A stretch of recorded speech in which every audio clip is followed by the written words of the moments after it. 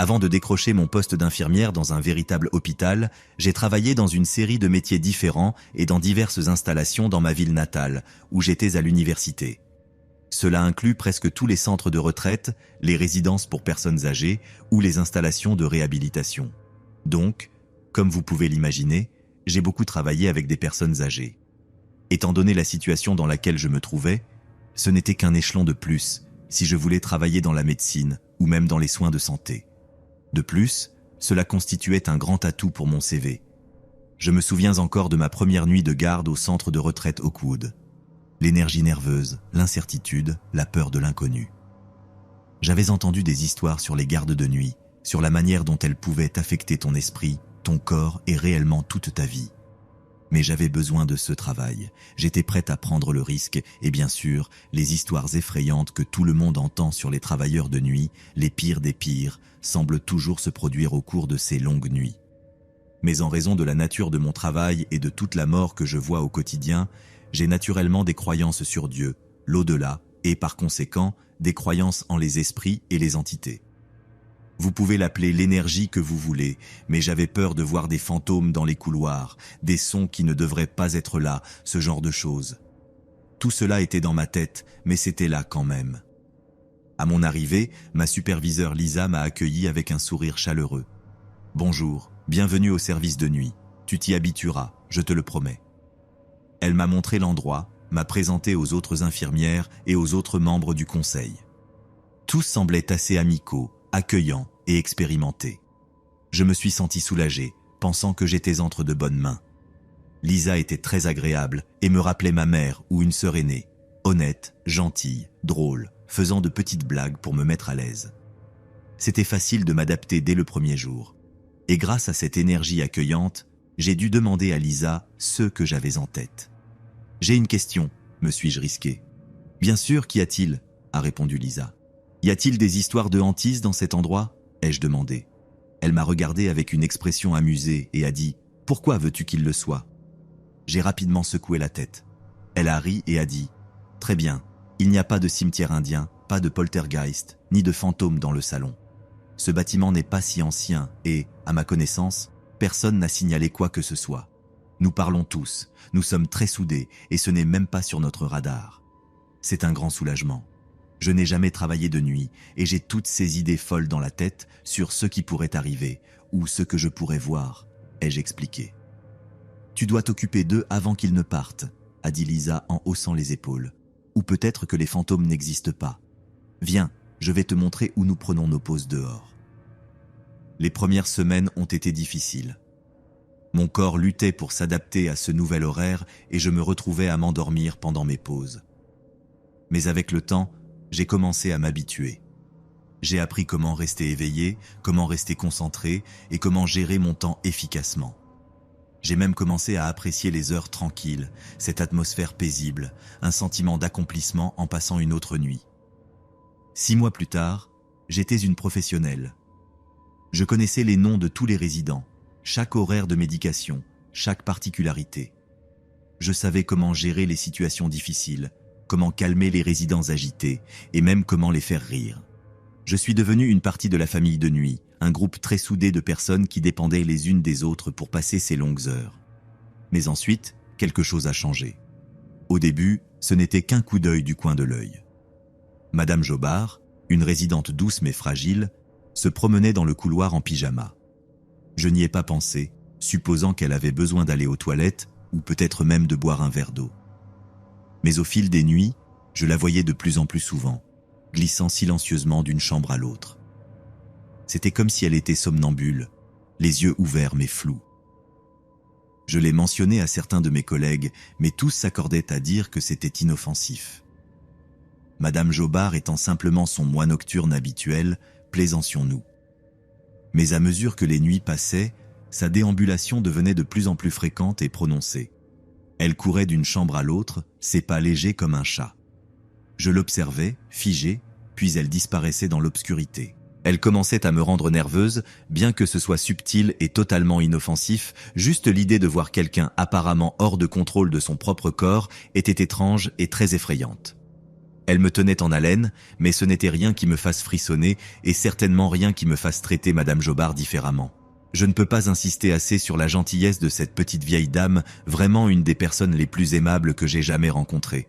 Et elle s'occupait de beaucoup d'autres résidents dans son aile, mais certains d'entre nous craignaient que cela puisse être un signe qu'elle allait bientôt mourir. Une nuit de garde, j'ai vu Madame Jobard sortir brièvement de sa chambre puis revenir furieuse, pensant qu'elle était réveillée cette fois.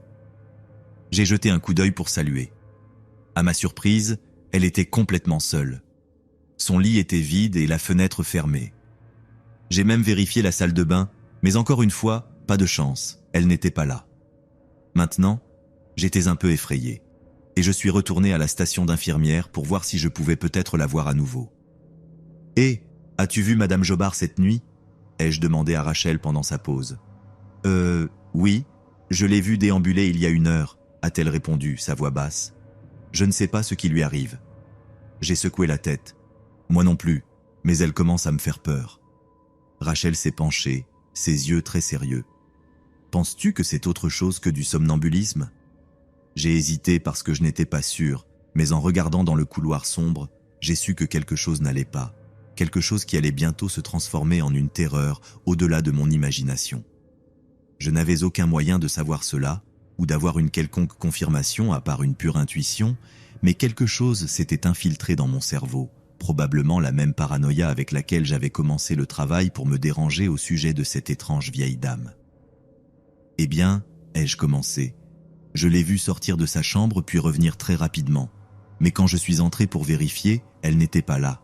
C'était étrange, je l'ai vue entrer, il ne s'est même pas écoulé 1 minute. » Les yeux de Rachel se sont agrandis. « Exactement la même chose m'est arrivée hier, a-t-elle avoué. » Je pouvais voir à la couleur qui quittait rapidement son visage qu'elle ne plaisantait pas avec moi. Je lui ai demandé d'expliquer et c'était presque identique à mon histoire.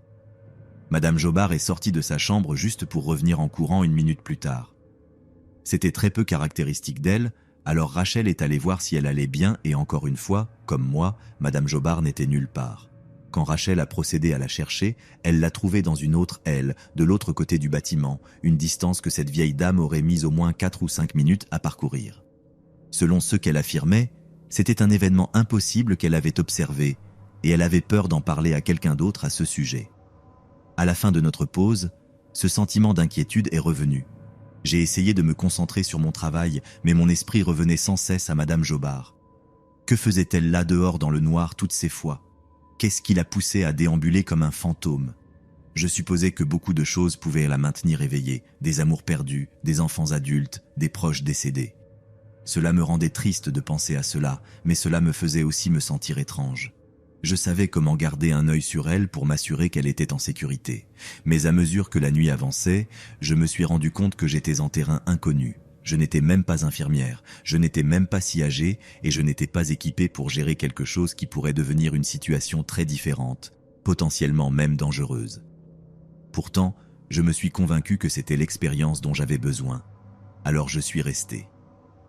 Tout était assez normal pendant les jours suivants, sauf ces étranges promenades nocturnes.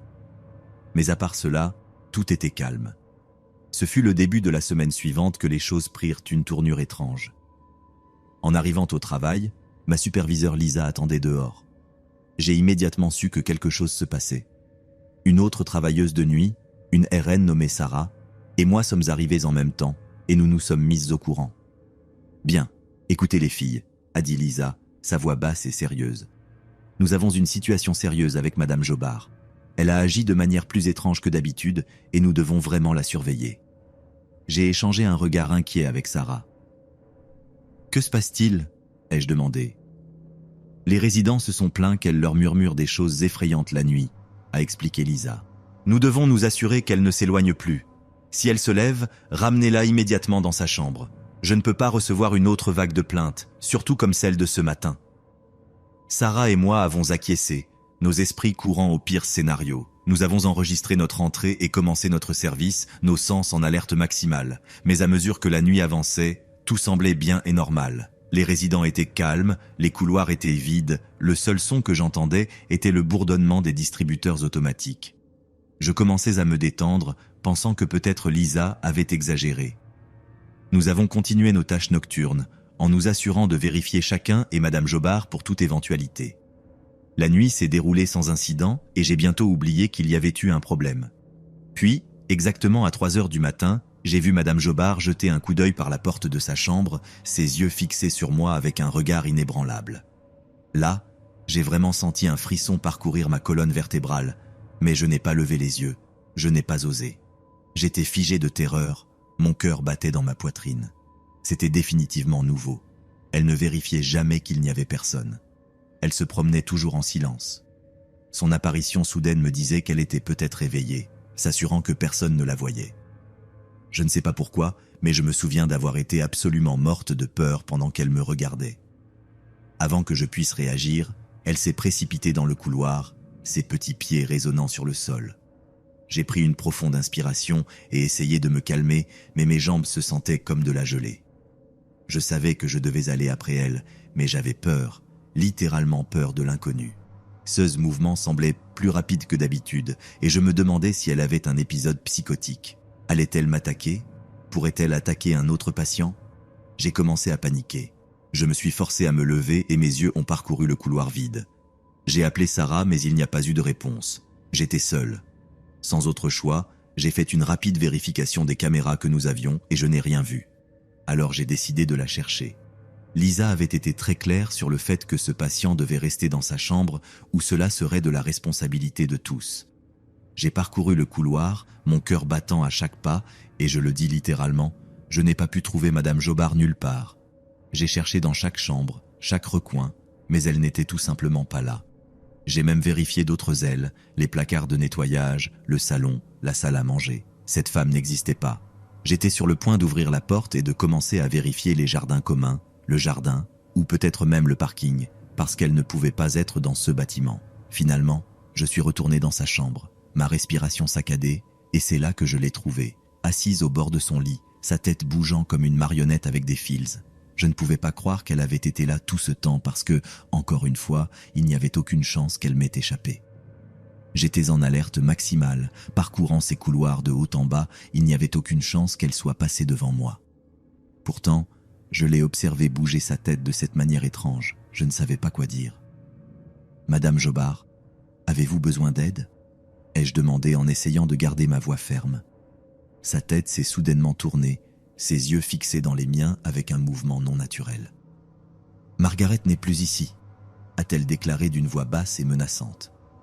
Puis elle s'est rapidement tournée vers la fenêtre et a recommencé à faire ses mouvements et ses bruits de clics inquiétants. Tout cela sortait de mon pire cauchemar. Je suis sorti en courant de la chambre, mon cœur battant de peur. J'ai trouvé Sarah et l'ai ramenée dans la chambre de Madame Jobard, mes mots sortant en un torrent de panique, essayant de lui expliquer tout ce que je venais de voir. Elle a fait de son mieux pour me calmer, mais rien ne comptait à part l'emmener dans la chambre de Madame Jobard. Les yeux de Sarah se sont agrandis en voyant la scène. « Et alors ?» a-t-elle demandé. Rien n'était hors de propos et quand nous avons regardé Madame Jobard, elle dormait paisiblement, son visage serein et calme. C'était comme si rien ne s'était passé. Je ne pouvais pas croire ce que je voyais. Elle était si bien bordée qu'il semblait qu'elle n'était jamais sortie du lit, comme si j'avais tout halluciné.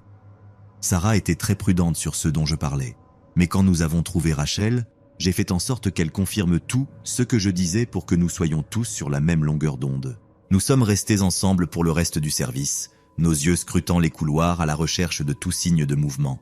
Mais tout était silencieux, un silence inébranlable.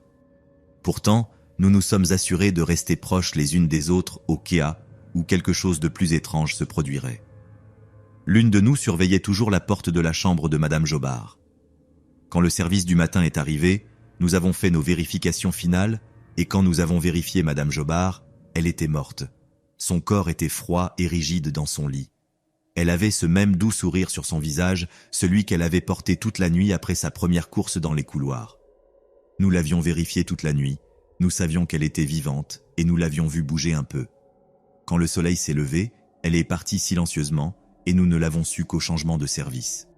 J'ai ressenti une vague de soulagement mélangée à une dose saine de peur. Ce furent quelques nuits très effrayantes et chacune d'entre nous avait expérimenté une forme de bizarrerie. Quelque chose d'étrange s'était produit, quelque chose que je ne peux pas expliquer. Je suis juste heureuse que tout soit terminé.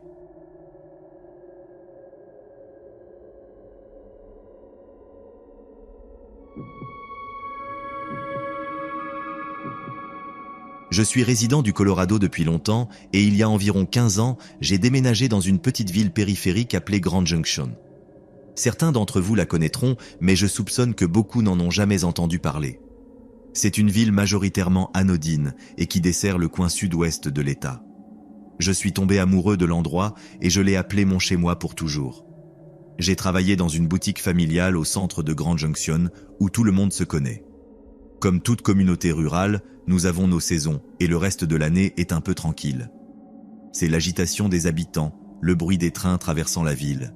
Le temps semble ralentir ici un peu si vous le permettez, presque comme un lieu de conte de fées. C'est une des raisons pour lesquelles il m'a été si facile de m'intégrer parmi les visages familiers. Parmi les visages connus, un se démarquait, Warren Barnes, l'homme de la lecture. Depuis que je me souviens, Warren était un pilier de notre communauté. Sa gentillesse, son éthique de travail et son amour des livres en faisaient une figure appréciée. Je ne suis pas sûr depuis combien de temps il vivait à Grand Junction, mais je connaissais Warren depuis que j'ai mémoire. Il semblait que tout le monde dans le quartier connaissait son nom, connaissait son horaire, et tous étaient très gentils avec lui. Franchement, je n'avais jamais vu un homme sans abri générer autant de respect, mais après avoir eu quelques conversations avec lui, j'ai rapidement compris pourquoi. C'était vraiment un homme doux. C'était comme parler à ton grand-père, ou quelque chose comme ça. Il était toujours de bonne humeur, toujours aimable et toujours serviable. S'il n'avait pas rencontré un destin aussi horrible, j'aurais pu penser que c'était un ange. La routine quotidienne de Warren était aussi prévisible que le lever du soleil. Il commençait à la cafétéria, puis visitait la bibliothèque et enfin s'installait dans son allée favorite derrière la boutique de robes de mariée entourée de ses précieux livres. Les westerns étaient sa passion, mais il dévorait tout, de l'histoire au thriller en passant par la philosophie. Sa connaissance était stupéfiante, les conversations pouvaient durer des heures. En tant que commerçant, nous faisions confiance à Warren pour des tâches comme déplacer des cartons, décharger des camions ou faire des courses. Il disait toujours oui sans rien attendre en retour. Son expérience en tant que vétéran de l'armée et ses voyages l'avaient aguerri, mais c'était son cœur qui le rendait vraiment spécial. Grand Junction l'avait adopté. Il était devenu notre propre Warren. La relation de Warren avec la communauté était sincère et forte. Il y avait Mary, la boulangère, qui lui réservait du pain frais et des pâtisseries. Jake, le propriétaire de la quincaillerie, qui l'employait pour des travaux de maintenance. Et Rachel, la bibliothécaire, qui mettait toujours de côté les nouvelles parutions rien que pour lui. Nous prenions tous soin de Warren et il nous récompensait par sa gentillesse et son dévouement.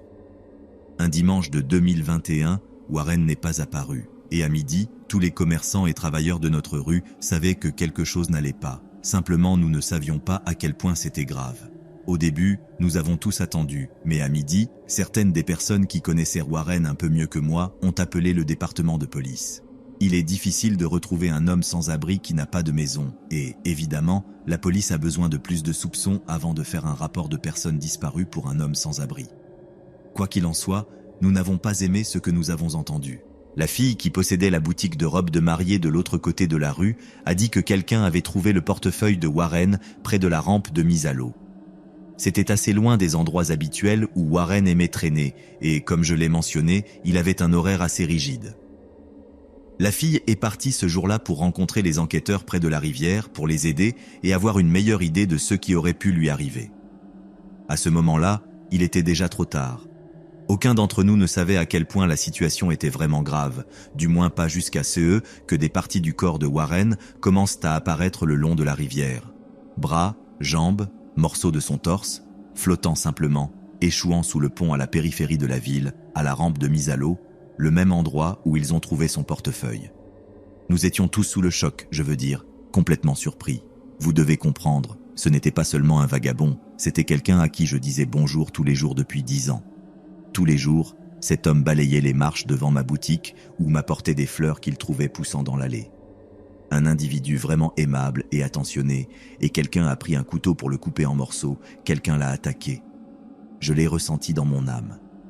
Comment cela pourrait-il arriver à un membre aussi distingué de notre communauté ? En réfléchissant à la vie de Warren, je me suis rendu compte à quel point il avait enrichi notre communauté. Son amour des livres et de l'apprentissage nous inspirait. Sa volonté d'aider les autres sans rien attendre en retour nous rappelait l'importance de la gentillesse. Sa présence était toujours là, comme un battement constant, nous faisant sentir plus en sécurité et connectés. Mais, comme toutes les bonnes choses, la vie de Warren n'était pas sans défi. Sa situation de sans-abri était une lutte constante. Nous faisions de notre mieux pour le soutenir, lui offrions un endroit temporaire pour rester, ou l'aidions à trouver des ressources. Warren ne se plaignait jamais, ne demandait jamais plus que ce dont il avait besoin. Il était content de sa vie simple, entouré de livres et d'amis. Honnêtement, je ne peux pas dire qu'il était vraiment sans abri parce qu'il appelait Grand Junction son chez lui et nous l'acceptions tel qu'il était. Alors que le soleil se couche sur Grand Junction, je me souviens du sourire de Warren, de son rire et de son enthousiasme contagieux. Il ne méritait pas le sort qu'il a rencontré, et cela me procure une étrange satisfaction de savoir que le meurtrier a été capturé. Si justice n'avait pas été rendue, je n'aurais probablement jamais retrouvé le sommeil. Mon ami, mon voisin, éventré et démembré dans l'obscurité de la nuit sans personne autour pour l'aider. J'aurais souhaité que ces derniers moments ne soient pas si terrifiants. Pour l'instant, souvenons-nous des souvenirs de Warren Barnes, l'homme de la lecture qui a apporté tant de joie et de lumière à nos vies. Son histoire est terminée, mais aujourd'hui nous honorons son esprit, sa gentillesse et son amour de la vie. Warren, tu nous manques tous les jours. J'ai vécu à Grand Junction pendant longtemps et le crime qui s'est produit il y a quelques hivers est éteint pour les livres d'histoire. Il ne se passe pas grand-chose ici et j'admets que le taux de criminalité dans notre ville est un peu plus élevé que dans le reste de l'État. Mais c'est seulement parce que nous sommes dans une communauté de corridors pour les États voisins. Beaucoup de trafic de drogue par ici, quelques vols, cambriolages, mais pas beaucoup de meurtres directs. Ce cas reste gravé dans nos mémoires pendant longtemps, généralement jusqu'à ce que le suivant se produise. Je suis moi-même un vieil homme vivant seul dans une rue tranquille. La maison des Cohy était juste une autre façade familière, mais le fils Brian était une histoire différente. J'ai remarqué un comportement étrange chez lui. Parfois, il sortait et je le trouvais dans son jardin latéral, simplement regardant dans le vide. C'était étrange, et la première fois que je l'ai vu, j'ai appelé son nom pour le saluer, mais il n'a absolument pas répondu. Il ne semblait pas absent, ni ailleurs, juste profondément pensif à quelque chose. Je l'attribuais à un jeune introverti, mais pendant les années suivantes, je le voyais faire cela assez souvent, mais jamais quand quelqu'un était autour. C'était quelque chose qu'il faisait quand il était seul. Puis vint la maltraitance animale. Je l'ai vraiment vu se produire une seule fois, mais quand même, le garçon maltraitait des chiens et des chats dans la communauté. Je ne sais pas s'il les tuait, mais encore une fois, quand il pensait que personne ne regardait, il leur donnait des coups de poing ou des coups de pied, leur lançait des pierres. Ils étaient trop loin une ou deux fois. Je sortais comme si je sortais les poubelles, juste pour lui crier d'arrêter ou de rentrer chez lui. Il me saluait, agissait tout à fait normalement, comme s'il n'avait pas juste frappé le chien d'un étranger. Pressé à ce sujet, il disait simplement qu'il passait une mauvaise journée et qu'il ne voulait pas que le chien l'attaque, qu'il avait été mordu plusieurs fois dans le passé. Je savais que quelque chose n'allait pas, mais je ne savais vraiment pas quoi faire. Je n'étais pas parent avec lui, je ne voulais pas m'immiscer. L'autre chose était que Brian était en fait un garçon assez intelligent. Malgré son comportement bizarre et excentrique, il avait totalement dupé sa famille et même certains enseignants à l'école. Il pouvait mentir comme les meilleurs et détourner totalement les adultes qui le questionnaient. Je pense que le garçon était autiste, ou peut-être prétendait-il l'être, et Brian savait comment en tirer parti. Il le rendait presque charmant d'une manière étrange et effrayante. Il mentionnait négligemment combien de pintes de sang contient le corps humain, comme s'il parlait du temps qu'il fait. Il pouvait parler pour échapper à presque toutes les conséquences ou même aux tâches de base. Je le voyais faire cela tout le temps avec ses parents et les adultes du voisinage. Brian te regardait directement dans les yeux et te racontait le mensonge le plus logique que tu aies jamais entendu, et tu le croyais parce que comment un enfant en éducation spécialisée pourrait-il être si astucieux ? Eh bien, il s'est avéré qu'il était très intelligent et très manipulateur. Il suffit de regarder le témoignage de sa mère pour tout savoir. Les rumeurs ont commencé à circuler dans la ville. D'autres voisins m'ont raconté les problèmes disciplinaires de Brian à l'école. Intimidation et même préjudice physique à ses camarades. J'ai ressenti un sentiment de culpabilité pour avoir été témoin de son comportement erratique et ne pas l'avoir signalé. Pourtant, il est difficile de s'impliquer dans les affaires des enfants des autres. Je me souviens avoir entendu une histoire de quelqu'un dans notre rue qui avait également des enfants allant à l'école avec Brian. Le garçon était très malveillant. Il entendait parler d'un élève de sa classe, sujet à des crises de panique, alors il faisait tout pour en provoquer une. Il fabriquait des armes modèles avec des choses qu'il trouvait à l'école et les utilisait ensuite pour attaquer des élèves ayant des besoins spéciaux quand personne ne regardait, derrière les bâtiments de l'école, dans des couloirs vides ou même dans le bus. C'était l'une des choses les plus atroces que j'ai entendues. Un abus direct de personnes que Brian considérait comme inférieures à lui. Un jour, cependant, il y avait quelques garçons suivant Brian jusqu'à chez lui depuis l'école. Les trois marchaient, mais il était clair qu'ils n'étaient pas amis avec Brian. Brian est arrivé chez lui, s'est précipité à l'intérieur et a claqué la porte derrière lui. Les garçons ont jeté des pierres sur la porte et crié « Hé, abruti, sors, on veut juste jouer, espèce de cinglé !» Quand j'ai demandé à un autre voisin à ce sujet, il a confirmé « Brian était connu pour être harcelé à l'école, donc c'était un peu un retour de bâton. » Maintenant, je me sentais vraiment bizarre de surveiller cela, mais cela semblait être juste des farces typiques de l'école secondaire. Même quand j'étais enfant, les garçons étaient vraiment méchants entre eux. Ça a toujours été comme ça, donc j'ai cessé d'observer, pensant que les enfants avaient besoin d'être des enfants. Puis, la police a commencé à apparaître à la maison des Cohy. Au début, c'était pour un incident de véhicule unique à la rampe de mise à l'eau en pleine nuit. J'ai vu les parents de Brian sortir et revenir plus tard avec leur fils. C'était très tard dans la nuit, ou tôt le matin, je ne me souviens plus. Je me souviens juste du rugissement du moteur et des lumières traversant mes fenêtres avant, ce qui m'a réveillé, et puis, quand je suis allé au salon, ils revenaient déjà, Brian et ses parents. Les visites de la police ont continué et j'ai senti que quelque chose n'allait pas. Je veux dire, quelle preuve supplémentaire une personne a-t-elle besoin? La goutte qui a fait déborder le vase, pour ainsi dire, a été quand une rumeur a commencé au centre-ville sur un homme sans abri qui avait apparemment disparu pendant la nuit. C'était une personne que je ne connaissais pas personnellement, mais apparemment, il avait un horaire rigide en centre-ville, où il aidait différentes boutiques avec différents travaux, et quand le gars n'est pas apparu, tout le monde savait que quelque chose n'allait pas et a immédiatement appelé la police. Je n'y ai pas beaucoup pensé au début, donc je n'avais aucune raison de relier les deux. Je me souviens avoir entendu des bruits étranges venant de la maison des Cohy un jour, des sanglots ou des cris étouffés. En moins d'une heure, la police est arrivée et a emmené Brian. Ils l'ont brièvement interrogé là même à la porte d'entrée. Je pouvais le voir depuis mon propre salon, debout, rigide et droit comme il avait l'habitude de le faire, passant lentement par les mouvements de la conversation, mais il semblait forcé, comme s'il était mal à l'aise peut-être. C'est difficile à dire. La vérité m'a frappé comme une tonne de briques. L'histoire qui est sortie était qu'ils avaient trouvé le portefeuille de Warren Barnes à la rampe de mise à l'eau, et c'est alors que j'ai fait le lien. La voiture de Brian avait été récupérée de la rivière par la police et une entreprise de remorquage locale. Cela ne pouvait pas être une coïncidence, n'est-ce pas? Eh bien, j'ai appris plus tard dans les nouvelles que ce cri que j'ai entendu de l'autre côté de la rue était en fait la mère de Brian, découvrant une scène très macabre. Dans le placard de Brian, elle a trouvé un conteneur en plastique et un sac en plastique doublement enveloppé à côté. Le contenu était une tête humaine en décomposition et une paire de mains coupées. Brian était un meurtrier vivant à quelques maisons de moi. Tout. Ce comportement étrange que j'avais observé et ignoré pendant si longtemps s'était finalement culminé en la pire des cauchemars que nous aurions pu imaginer. Les interactions étranges, les commentaires bizarres.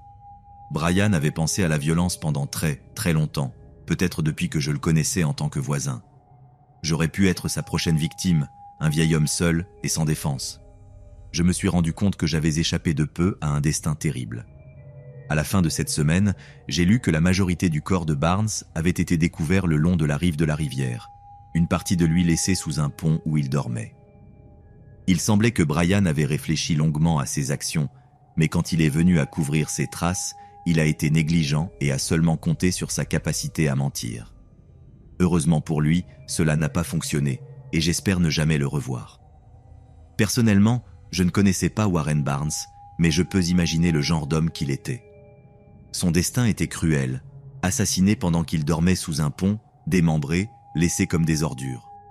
La pensée me fait frissonner et j'espère que l'homme trouve la paix de l'autre côté, car j'imagine que sa dernière nuit n'est pas quelque chose qu'il voudrait se rappeler. J'ai entendu des habitants qui demandaient à Brian « Pourquoi fais-tu ça ?» Franchement, cela me donne des frissons. J'ai ressenti un mélange de soulagement et d'horreur en sachant que je ne vivais plus à côté d'un meurtrier, Mais le souvenir du comportement étrange de Brian, de ses commentaires cryptiques et du sort macabre de Warren Barnes continueront de me hanter. Je me demande combien d'autres secrets sont cachés derrière ces portes fermées, combien d'autres monstres vivent parmi nous en attendant d'attaquer. Je suis très reconnaissant envers ses parents, qui n'ont fait aucun effort pour cacher quoi que ce soit ou brouiller les pistes.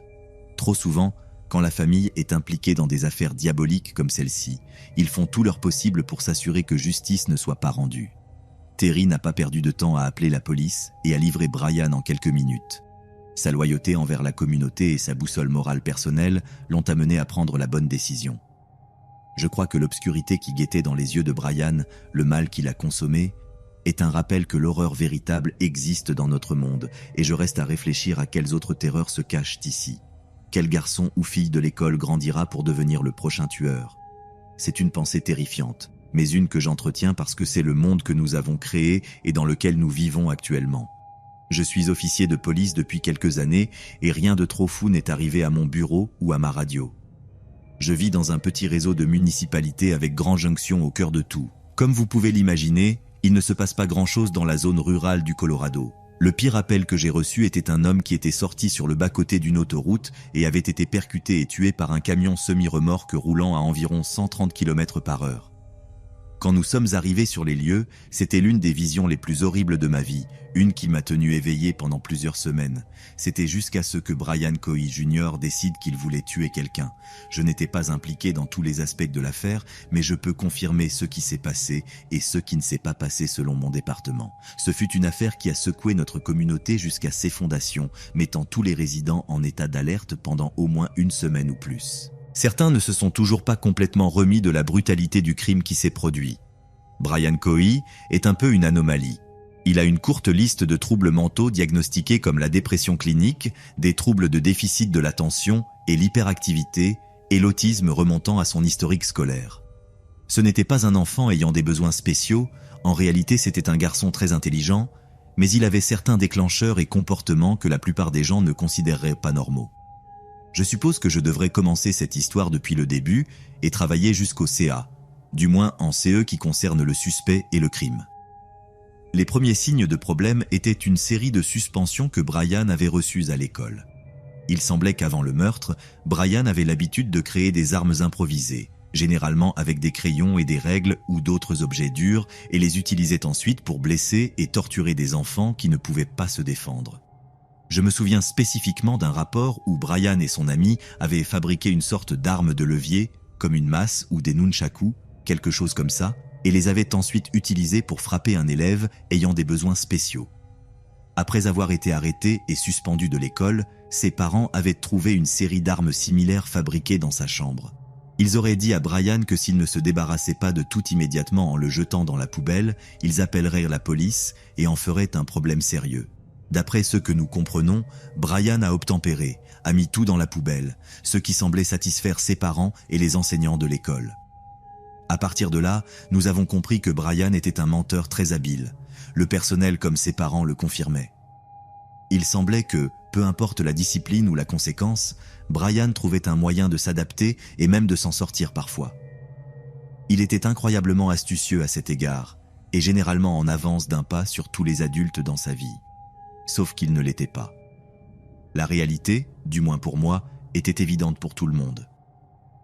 En plus du tourment physique et de l'abus d'autres élèves, Brian avait l'habitude de parler de sujets violents et inappropriés tout le temps.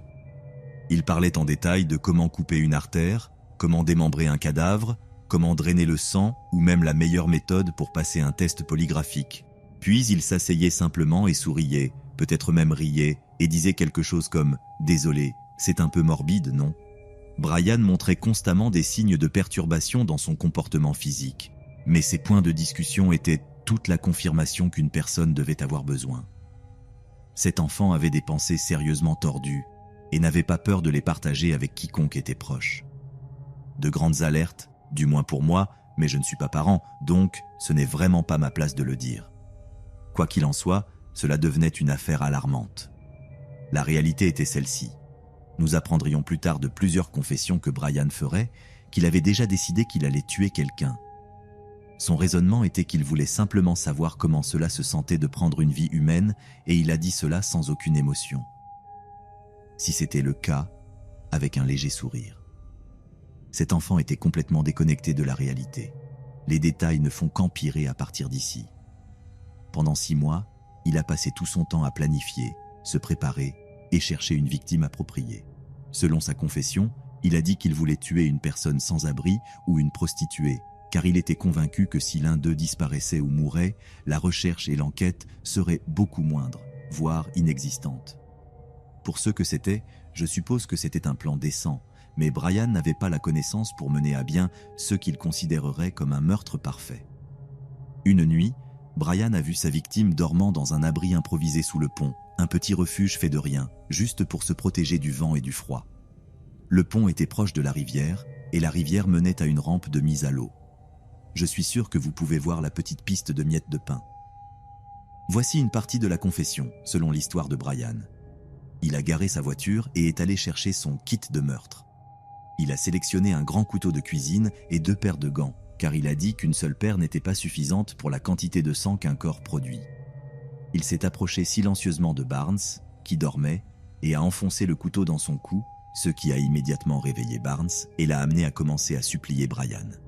Le garçon s'en fichait et a simplement continué à poignarder le cou de Barnes avec la lame jusqu'à ce que l'homme cesse de bouger. À partir de là, Brian a amené sa voiture, a ouvert le coffre et a démembré l'homme âgé, pièce par pièce, avec rien d'autre que le couteau de cuisine. Un travail macabre et violent pour un adolescent, mais il l'a fait et assez énorme. Son prochain mouvement serait sa ruine, car il n'a pas pris suffisamment de précautions pour que cela fonctionne. Brian a mis la majorité du corps de Warren dans le coffre de la voiture, a conduit jusqu'à la rampe de mise à l'eau et l'a laissé rouler dans la rivière. Nous pensons qu'au début, le coffre était ouvert, donc le corps démembré de Warren a flotté et est ensuite descendu le long de la rivière, remplissant le coffre d'eau pour le rincer. Le problème était que le coffre s'est fermé à cause de l'eau qui entrait et une quantité significative de sang est restée emprisonnée à l'intérieur. Lorsque nous avons appelé la dépanneuse pour sortir la voiture de la rivière, nous pouvions vraiment voir d'épaisses coulées de sang sortir des compartiments arrière. Nous avons appelé Terry Coy, la mère de Brian, car à ce moment-là, nous n'avions aucune raison de soupçonner quoi que ce soit. En réalité, nous pensions que Brian pourrait avoir été blessé avec une coupure qu'il ne savait pas qu'il avait, car son histoire était qu'il avait accidentellement conduit la voiture dans la rivière par erreur, pensant qu'il pourrait la sortir de nouveau. Ce n'est que lorsqu'un officier a trouvé le portefeuille de Warren dans cette même zone que tout a commencé à s'emboîter, et très rapidement, je dois ajouter. Une voiture coincée à la rampe de mise à l'eau est rare, mais quand vous la combinez avec ce garçon au milieu de la nuit et ensuite un rapport de personnes disparues le matin suivant, nous savions où chercher. Nous n'avons même pas eu à faire une visite, car Terry nous a appelé peu de temps après, disant qu'elle avait fait une découverte effrayante en nettoyant la chambre de Brian, qui avait une horrible odeur. Elle a trouvé un grand conteneur en plastique et un sac en plastique doublement enveloppé. Pensant que c'était quelque chose de vieux, peut-être de la nourriture, elle l'a ouvert et a trouvé un manteau de verre se tortillant et en dessous, une paire d'yeux la regardant. Elle tenait la tête de Warren Barnes dans ses mains, gardée dans un grand conteneur en plastique. Le sac contenait les mains de Warren et pour une raison quelconque, il semblait que Brian pensait que le cadavre serait beaucoup plus difficile à identifier sans visage, sans dents ou sans empreinte digitale pour correspondre au dossier de quelque type que ce soit. C'était un plan intelligent et tordu qui aurait pu fonctionner s'il avait choisi une autre victime et peut-être s'il n'avait pas gardé la tête et les mains comme souvenir dans son placard. Voici quelques citations de diverses personnes impliquées dans l'enquête. Terry a fait cette déclaration lors de l'interrogatoire. Je rangeais sa chambre, gardais des choses et je suis tombé sur un conteneur en plastique dans son placard. En commençant à examiner, j'ai trouvé un sac en plastique. Curieuse, je l'ai soulevé, remarquant son poids et j'ai vu qu'il était infesté de vers. Je l'ai amené à l'évier et j'ai remarqué qu'il était doublement emballé. J'ai ouvert le premier sac, mais je n'ai pas pu ouvrir le second. J'ai immédiatement appelé son père et lui ai dit de venir tout de suite. Plus tard, lorsque les officiers sont arrivés à la résidence des Coy, ils ont demandé à Brian « Tes parents ont soulevé des inquiétudes concernant certains objets qu'ils auraient trouvés dans ta chambre, peux-tu nous en parler ?» Brian a répondu « Oui, je pense qu'il s'agit d'une paire de mains et d'une tête humaine de l'homme qui a disparu. Je l'ai tué avec un couteau.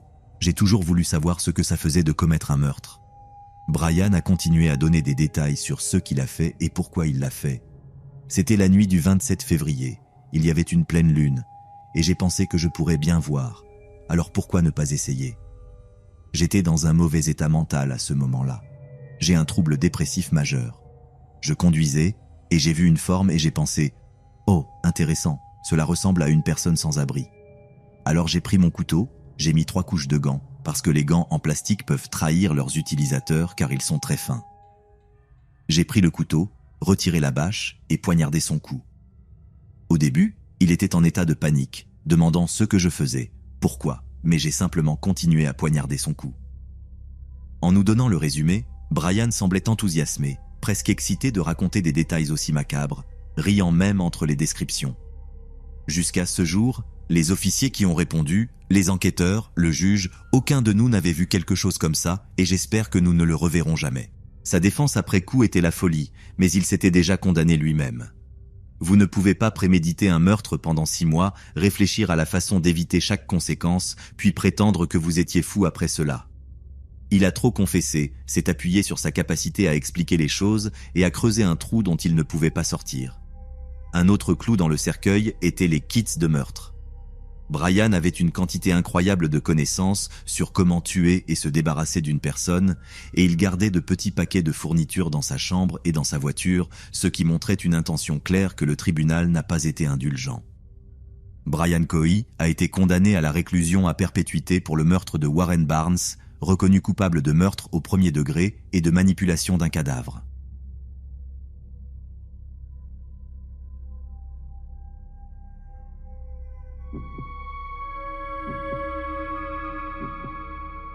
Les gars, j'ai une histoire de quart de nuit pour vous. Préparez-vous parce que celle-ci est folle. Je travaillais le quart de minuit dans plusieurs usines de traitement de l'eau dans le comté où je réside. Honnêtement, nous ne sommes pas nombreux à être certifiés pour faire fonctionner ces installations. Donc parfois, plusieurs usines peuvent devenir la responsabilité d'une seule personne ou d'une seule équipe. C'était le cas pour nous. Donc, je travaillais le quart de minuit dans 2 installations différentes. Cette nuit en particulier, je travaillais dans l'usine qui était assez loin de la ville, située le long d'une route principale reliant 2 villes à chaque extrémité. Comme ça se passe, chaque ville était probablement à 96 km et demi dans chaque direction. Cet endroit était très rural et souvent confondu avec une prison en raison de son emplacement au milieu de nulle part. L'usine de traitement de l'eau se dressait devant moi comme un monolithe avec ses murs en acier et en béton brillant sous la lumière de la lune. J'ai marché dans l'obscurité, mes bottes craquant sur le chemin de gravier, le seul son dans le silence oppressant. La clôture en fil barbelé semblait se refermer autour de moi, une prison de ma propre création, et honnêtement, elle avait vraiment cette atmosphère de prison. De nombreux projecteurs pointaient vers le périmètre et un bâtiment principal avec de grandes portes d'accès de chaque côté. La clôture en fil barbelé complètement enveloppante était la cerise sur le gâteau, bien qu'elle rendait l'endroit vraiment inaccessible et contribuait également à la situation dans laquelle je me suis retrouvé cette nuit-là. Vous voyez, quand j'arrive à mon travail, je dois déverrouiller la chaîne qui maintient la porte fermée et puis la refermer derrière moi après être entré. Personne ne pouvait entrer dans la propriété sans une clé, donc j'avais l'habitude de baisser ma garde. Cette nuit-là, et beaucoup de nuits avant celle-ci, je suis arrivé à l'usine de traitement de l'eau et je n'ai fait aucun effort pour fermer aucune porte derrière moi.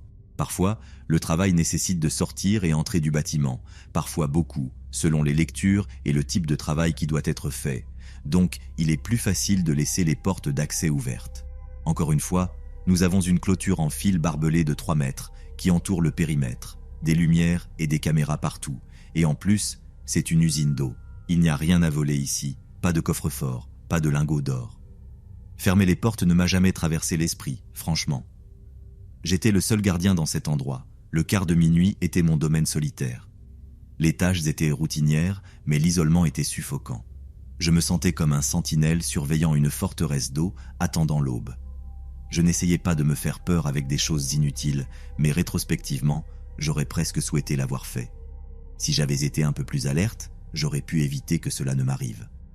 Les heures traînaient, chaque minute passait comme un compte à rebours vers ma propre perdition.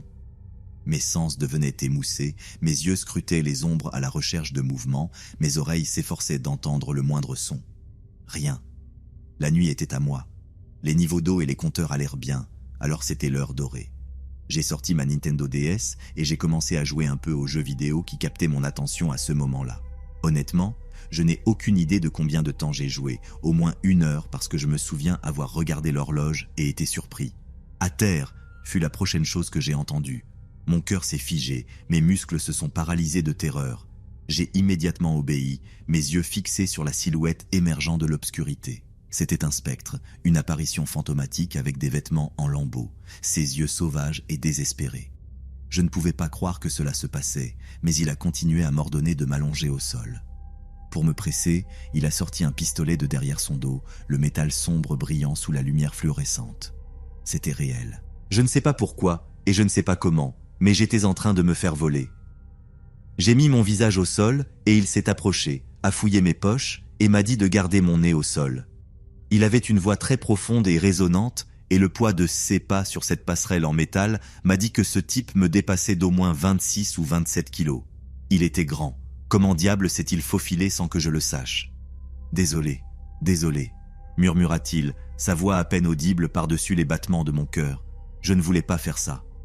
C'était étrange, il semblait presque désolé, et pour une raison quelconque, cela m'a un peu rassuré, même si légèrement. Il ne semblait pas en colère ou agité, juste sans option, vraiment désespéré par ce qu'il pensait qu'il y avait ici dans l'usine d'eau. Il m'a attaché les poignets et les chevilles avec du ruban adhésif, ses mains tremblant comme des feuilles tout le temps. J'étais là, impuissant, tandis qu'il fouillait mes affaires. Ses yeux brillaient d'un mélange de peur et de convoitise, pur désespoir. Il fouillait maladroitement tout ce que j'avais, et il était clair qu'il ne savait même pas ce qu'il cherchait. « S'il vous plaît, chuchotai-je, ma voix à peine audible. Ne me faites pas de mal. » Il n'a pas répondu, ses yeux fixés sur le pistolet dans sa main. Je l'observais, hypnotisé, pendant qu'il le bougeait, son doigt tremblant sur la gâchette. Le canon ne pointait rien en particulier, parfois le mur, parfois ma tête, alors qu'il cherchait dans chaque tiroir, chaque sac, tout ce qui était à vue, jusqu'à ce qu'il trouve mes clés. Il les a tenues dans ses mains comme si c'était un trophée de première place, comme une scène de film. Cela a commencé à avoir du sens alors. Son aspect négligé, visait un endroit éloigné, ce type avait besoin de quitter la ville rapidement. Il ne portait même pas de chaussures, je me suis rendu compte pendant que j'étais allongé au sol en attendant de voir s'il allait m'exécuter. Puis, aussi soudainement que cela avait commencé, tout s'est terminé. Il s'est excusé quelques fois de plus, disant qu'il n'avait jamais voulu faire ça à personne et qu'il espérait que je pourrais lui pardonner. Il ne savait pas que j'avais travaillé sur le ruban adhésif autour de mes poignets et que j'étais très proche de libérer mes mains. Il ne pouvait pas voir cela pendant que je me tournais de côté.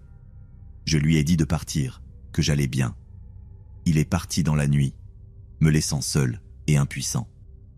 Je suis resté là avec l'esprit en ébullition jusqu'à ce que je réussisse finalement à me libérer. En le faisant, j'ai pu entendre le moteur jusqu'à la porte, puis au ralenti pendant environ 10 minutes ou quelque chose comme ça. Il avait passé toutes les clés pour trouver la bonne et sortir de la propriété. Il est resté là à attendre, au cas où j'aurais peur et serais retourné ou quelque chose comme ça. Non, la prochaine chose que j'ai entendue était le claquement de la porte du camion, le type sortant de la propriété puis sur la route. J'ai arraché tout le ruban que je pouvais, à la fois des poignets et des chevilles. J'ai fait une rapide vérification de mon corps. J'avais l'impression que mon cœur battait si fort que je pourrais avoir une urgence médicale. Je ne suis pas en très bonne forme, et j'ai pensé que je pourrais avoir une crise cardiaque ou un anévrisme ou quelque chose comme ça. Je me suis traîné jusqu'au téléphone, mes mains tremblaient comme des feuilles, et j'ai composé le 911. Ma voix était à peine audible, surtout par-dessus les battements de mon cœur. Je leur ai dit qui j'étais, où j'étais, et ce qui venait de se passer. L'opérateur était professionnel, mais m'a dit que des officiers étaient en route, que je ne devais pas paniquer et que quelqu'un serait bientôt là. En dehors de cela, pas un mot de plus. Cela m'a découragé, car j'espérais vraiment quelques conseils ou au moins un peu de sympathie. La police a envahi l'installation. Ses sirènes et ses lumières étaient un soulagement bienvenu de l'obscurité. Heureusement, le bandit ne s'est pas soucié de fermer la porte derrière lui, alors ils sont entrés directement dans la propriété. Je leur ai fait signe à travers la porte d'accès et leur ai montré où tout s'était passé. La pièce était en désordre à cause de la recherche implacable du type. Des papiers et mes effets personnels étaient éparpillés partout. Le ruban adhésif gisait en tas à l'endroit où il m'avait soumis. J'ai même montré les images de la caméra du type entrant par la porte juste avant 3 heures du matin. Ils m'ont vérifié pour des blessures, puis ont pris ma déclaration. Ils ont été très minutieux et ont pris soin de vérifier tout dans l'installation, de haut en bas, pour ne rien perdre qui pourrait mener à une arrestation. Ils ont trouvé cela aussi étrange que moi qu'ils viennent voler une usine de traitement de l'eau au milieu de la nuit. Ils ont hoché la tête lorsque je leur ai dit qu'il avait pris la camionnette, un type d'évasion avec un véhicule au hasard. Je suppose que cela avait du sens, mais quand même, d'où diable venait-il ? Ce n'est pas comme s'il avait laissé son propre véhicule derrière, même pas un vélo. Quelques officiers sont restés avec moi jusqu'à l'arrivée de mon remplaçant, moment où j'ai été libéré. Les gestionnaires ont été informés, ils m'ont donné quelques jours de congé, beaucoup de choses corporatives très ennuyeuses. Je n'ai pas eu de problème et ils m'ont donné un peu de temps libre. Ils ont attrapé ce type plus tard ce même jour. Il s'est avéré qu'il s'était échappé de la garde des détenus dans la ville voisine avant d'être enregistré. Je ne connais pas vraiment toute l'histoire d'où il venait ou pourquoi il avait été arrêté à l'origine, mais comme je l'ai mentionné auparavant, la ville suivante était à environ 88 km et demi de distance. Ce type devait marcher pendant des jours et des jours à travers le désert le long de la route, espérant que quelque chose apparaîtrait. Cette usine de traitement de l'eau aurait sûrement été comme un phare dans la nuit pour un détenu en fuite. Des lumières brillantes, un grand bâtiment bourdonnant d'électricité, de l'eau, des camions garés partout, peut-être même un changement de vêtements dans un casier ou quelque chose comme ça. Cela aurait été tout ce que ce type priait et ma stupide tête n'a pas fermé les portes. Ce type n'avait besoin que d'1 minute ou quelque chose comme ça pour escalader la clôture en fil barbelé, mais après cela, il est littéralement entré sans problème, m'a menacé comme si de rien n'était. Heureusement pour moi, il s'est senti généreux à ce moment-là, il ne m'a pas tué ni frappé avec quoi que ce soit, il m'a juste mis le pistolet au visage. C'est une autre chose, un des officiers n'a pas pu comprendre d'où il tenait le pistolet. Quelle que soit la situation, il a choisi de ne pas l'utiliser, et pour cela, au moins, je suis reconnaissant. En revenant au travail, les souvenirs persistaient, un rappel constant de la terreur que j'ai affrontée cette nuit-là, mais j'ai refusé de laisser cela me consumer. J'ai continué à travailler, mes sens aiguisés et mon cœur encore accéléré par cette même rencontre. J'ai commencé à faire de l'exercice, j'ai commencé à fermer les portes et j'ai commencé à prendre les soins et les précautions que j'aurais dû prendre depuis le premier jour. Pourtant, j'ai développé un trouble de stress post-traumatique assez important pour avoir failli être abattu cette nuit-là. C'est l'une des pires choses qui me soit arrivée sur mon lieu de travail et certainement la plus terrifiante.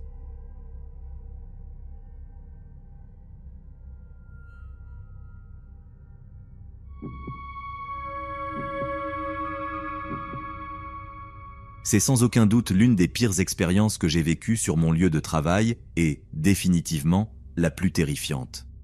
C'était la nuit, je sentais vraiment que j'étais en danger et que n'importe quoi aurait pu arriver. Je me considère chanceuse d'être sortie indemne de cette expérience de quart de nuit. Je ne travaille plus de nuit, mais pendant des années, j'ai travaillé dans des établissements de soins résidentiels.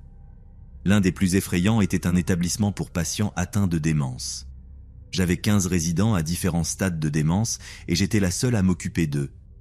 C'étaient des personnes âgées sympathiques pour la plupart, surtout si on savait comment interagir avec elles, comme moi. Néanmoins, il y a quelque chose de troublant à passer 10 heures par jour avec des personnes vides, imprévisibles. Je n'avais jamais eu peur d'elles, mais il y avait un sentiment d'inquiétude qui venait naturellement avec ce travail. Aux environs de 3 heures du matin, après avoir fait une ronde intentionnelle pour m'assurer que tous les résidents étaient en sécurité et bien, j'ai entendu la sonnette retentir. J'ai eu un frisson soudain parce que cet établissement est sécurisé et il est minuit. Je ne peux pas vous exprimer à quel point c'est étrange que quelqu'un soit à la porte principale à cette heure-ci. Honnêtement, cela ne devrait même pas être possible. J'ai commencé à penser que c'était peut-être un collègue qui était venu me laisser quelque chose et cela m'a immédiatement rassuré. Je vais regarder par la fenêtre et il n'y a personne. Je l'ai écarté comme une sorte d'hallucination parce que pourrait-ce être d'autre ? Quelqu'un sonnant à la porte d'une maison de retraite pour ensuite partir en courant ? Très peu probable dans ce quartier. Je me creuse la tête en retournant à la salle commune et en reprenant mes tâches. Je suppose que si j'entends cette sonnette suffisamment de fois, cela pourrait vraiment être un tour de mon esprit. J'essaie de ne pas y penser davantage. 10 minutes plus tard, elle retentit de nouveau. Je suis morte de peur à ce stade parce que c'était une sonnette claire et nette. Je vais à la fenêtre et je vérifie de nouveau. Il n'y a personne, mais je regarde de l'autre côté de la rue et il y a une voiture étrange garée. Je prends une photo au CA et puis je retourne à ma station où je jouais à un jeu de mémoire avec une charmante mais très démente vieille dame. Je m'assois et elle me regarde et dit « Que voulait le monsieur, ma chère ?» Il semblait avoir passé une mauvaise nuit et avait besoin d'une tasse de café. J'ai immédiatement des frissons, mais je l'ignore parce que les hallucinations sont courantes avec la démence et cette dame est particulièrement encline à ne pas être orientée dans le temps et l'espace. Nous continuons à jouer à notre petit jeu et elle continue à jeter de longs regards par-dessus mon épaule vers le couloir. Certainement l'un des visuels les plus effrayants de ma vie. Je voulais tellement me retourner, mais je savais qu'il n'y aurait rien à la porte principale. À ce stade, j'espérais presque qu'il y aurait quelque chose. La sonnette retentit de nouveau moins de 5 minutes plus tard, et cette fois je suis complètement terrifié. Un autre de mes résidents est réveillé et marche dans le couloir, peignant avec un pinceau vide pour rester occupé. Je passe devant lui en chemin vers la fenêtre et il se tourne vers moi et dit « Ne réponds pas à la porte seul, il pourrait te faire du mal. » Mon sang se fige dans mes veines. « Qu'as-tu dit ?» je lui demande. « Ne va pas à la porte, l'homme en colère pourrait te faire du mal, » m'explique-t-il clairement. « Tu sais qui c'est ?» je demande. Il secoue juste la tête et retourne à sa peinture imaginaire. Je suis terrifié, essayant de ne pas pleurer. Je ne sais pas quoi faire. Je suis une femme célibataire de 23 ans, en charge de 15 personnes à différents stades de démence, et cette maudite sonnette continue de retentir en pleine nuit, et c'est le week-end, donc mon superviseur de garde ne répond même pas au téléphone. Il ne le fait jamais les week-ends. Cela ne respecte en aucun cas les normes de l'industrie, mais quelles options ai-je? Déposer une plainte pendant qu'on me tue? Je rampe dans le couloir, essayant d'être aussi subtile et silencieuse que possible. Il y a des fenêtres partout, donc j'essaie de ne pas me trahir en m'approchant de plus en plus de la porte principale. Je regarde par la fenêtre et je vois la même voiture qu'avant, et pendant que je regarde autour, je vois une ombre se déplacer devant la porte et une personne marche vers le coin et puis regarde directement par la fenêtre juste à côté de moi. Nous nous faisons un contact visuel. Je crie, mes résidents commencent à s'agiter. Je suis effrayé et le type s'enfuit tout simplement. J'appelle la police et ils arrivent finalement. C'est le chaos parce que j'ai 15 résidents qui ont été réveillés par l'agitation. Maintenant, j'ai 2 officiers de police sur place. Mon superviseur de garde ne répond pas au téléphone et je me bats pour gérer toute cette situation. Pourquoi cet homme sonnait-il à la porte? Pire encore, pourquoi rôdait-il autour du bâtiment? C'était une sorte de configuration étrange et je ne pouvais tout simplement pas comprendre pourquoi. Qui voudrait attaquer un vieil homme atteint de démence? Finalement, après de nombreuses tasses de thé et 2 doses de médicaments PRN pour les résidents les plus difficiles, nous nous sommes calmés. Il est maintenant 7 heures du matin et arrive le quart de relève, une infirmière et un aide-soignant. Je suis plus que reconnaissante d'être encore en vie, ainsi que les autres. Je leur raconte ce qui s'est passé et ils me disent qu'il y avait une femme au bout de la rue dont la maison a été cambriolée. Elle a été attaquée dans son lit par un toxicomane qui a fouillé sa maison à la recherche de drogue. Il est entré par une fenêtre et lui a sauté dessus pendant qu'elle dormait, l'a attachée puis a mis la maison sens dessus-dessous. Je fais une crise de panique intérieure parce que nous avons des drogues dans l'armoire et dans la salle des médicaments, de bonnes drogues aussi, morphine, méthadone, fentanyl, etc. Je ne peux pas m'empêcher de me demander s'il cherchait intentionnellement notre lieu et a simplement pris la meilleure option suivante pour un toxicomane désespéré. Mon lieu de travail est un véritable paradis, 15 personnes qui ne savent pas qui elles sont et une fille qui les maintient toutes ensemble. S'il était entré, cela aurait été un rêve devenu réalité. Dieu merci, tout s'est passé comme ça, et il n'est jamais passé de la porte principale. Pour référence, l'établissement était une vieille maison d'hôtes convertie dans une zone gentrifiée, donc beaucoup de maisons de vieux médecins dans les environs. Facile de confondre la maison où je travaillais avec une maison ordinaire, mais une partie de moi pense qu'il savait ce qu'il faisait, que nous étions comme le coffre-fort de drogue du quartier, mais qu'il a pris peur quand il a vu quelqu'un en uniforme. J'ai fini par quitter ce travail peu de temps après l'incident parce qu'ils ont refusé d'embaucher une 2e personne pour travailler de nuit, même si nous étions gravement en sous-effectif, selon les meilleures pratiques recommandées. Plus jamais je ne permettrai que cela m'arrive.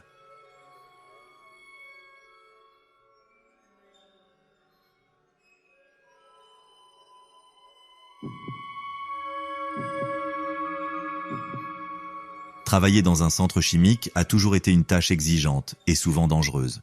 Mais ce que j'ai vécu, ce jour-là au travail était vraiment terrifiant. quelque chose que je n'oublierai jamais. Mon nom est Julio, et voici mon histoire. C'était un matin comme les autres à Mexico. Je me suis levé tôt, j'ai dit au revoir à ma femme et à mes enfants, et je me suis dirigé vers le centre chimique où je travaillais depuis les 5 dernières années. Je n'avais jamais rien expérimenté d'extraordinaire, mis à part les risques inhérents à la manipulation de substances chimiques dangereuses. Mais ce jour-là était différent dès le début. En arrivant, j'ai remarqué que l'ambiance à l'usine était plus tendue que d'habitude. Mes collègues et moi étions un groupe assez uni, donc tout changement dans la dynamique était rapidement perçu. Cependant, personne ne semblait savoir ce qui se passait. À la mi-matinée, notre chef d'usine, l'ingénieur Pérez, est arrivé avec une expression de nervosité que je ne lui avais jamais vue auparavant. Il apportait avec lui 2 grands fûts chimiques qu'il manipulait avec une urgence et une inquiétude inhabituelles. Je me suis approché de lui, comme je le faisais habituellement, en lui offrant mon aide pour descendre les fûts du camion. « Non !» m'a-t-il crié de manière agressive, me surprenant. Il ne m'avait jamais parlé ainsi auparavant. « Je m'en occupe. Assure-toi seulement que personne ne s'approche de ces fûts. » Son attitude m'a laissé perplexe, mais je n'ai pas insisté. J'ai simplement hoché la tête et je me suis éloigné de quelques pas. De là où j'étais, je l'observais déplacer les fûts avec précaution, presque avec révérence, jusqu'à les placer dans un coin à l'écart de l'entrepôt. Son comportement me semblait de plus en plus étrange. Quelques minutes plus tard, Pérez s'est approché de moi et de 2 autres collègues. Il nous a expliqué qu'il fallait filtrer l'acide contenu dans ces fûts, mais sans les ouvrir sous aucun prétexte. Cette instruction semblait illogique et dangereuse. Comment pouvions-nous filtrer l'acide sans ouvrir les fûts ? « Faites-le », a insisté Pérez, avant de disparaître dans un autre secteur de l'usine. Mes collègues et moi avons échangé des regards perplexes. Néanmoins, nous avons commencé à préparer l'équipement pour réaliser la tâche, suivant les ordres à la lettre. La tension dans l'air était palpable et un sentiment d'inquiétude s'installait au fond de mon esprit. La curiosité et l'inquiétude croissantes m'ont poussé à commettre une imprudence que je n'aurais jamais imaginée. Pendant que mes collègues s'occupaient à d'autres tâches, j'ai décidé de jeter un coup d'œil à l'intérieur de l'un des fûts. Quelque chose dans le comportement de Pérez et dans ses ordres étranges me disait qu'il y avait quelque chose de très grave. Le cœur battant dans les oreilles, je m'assurai que personne ne me voyait et j'ouvris l'un des fûts. Ce que j'ai trouvé à l'intérieur était pire que tout ce qu'un cauchemar aurait pu me montrer. Des restes humains, des jambes, des bras, une tête, des parties mutilées de ceux qui semblaient être 2 personnes. J'ai senti mon estomac se retourner et j'ai dû me couvrir la bouche pour ne pas crier. J'ai refermé le fût d'un coup sec, reculant, presque trébuchant sur mes propres pieds. L'image de ces corps démembrés est restée gravée dans mon esprit comme un tatouage de l'horreur. J'ai essayé de garder mon calme pour le reste de la journée, mais mon esprit ne cessait de revenir à ces fûts. Qui étaient ces personnes ? Que s'était-il réellement passé ? Et pourquoi Pérez était-il impliqué ? À la fin du quart de travail, Pérez agissait comme si de rien n'était, comme si tout était normal. Il nous a dit au revoir avec un sourire tendu et nous a encouragés à bien nous reposer. Mais moi, je ne pouvais pas me reposer.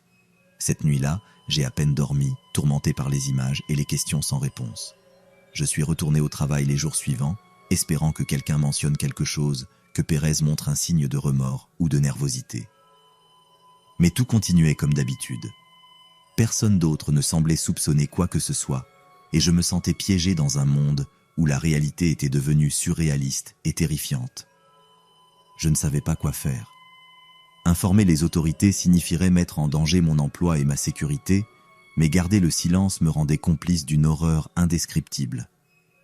J'ai opté pour rester silencieux, observant, attendant un signe que je n'étais pas seul dans cette connaissance. Jusqu'à aujourd'hui, le centre chimique continue de fonctionner comme d'habitude. Pérez est toujours notre chef d'usine, agissant comme si de rien n'était.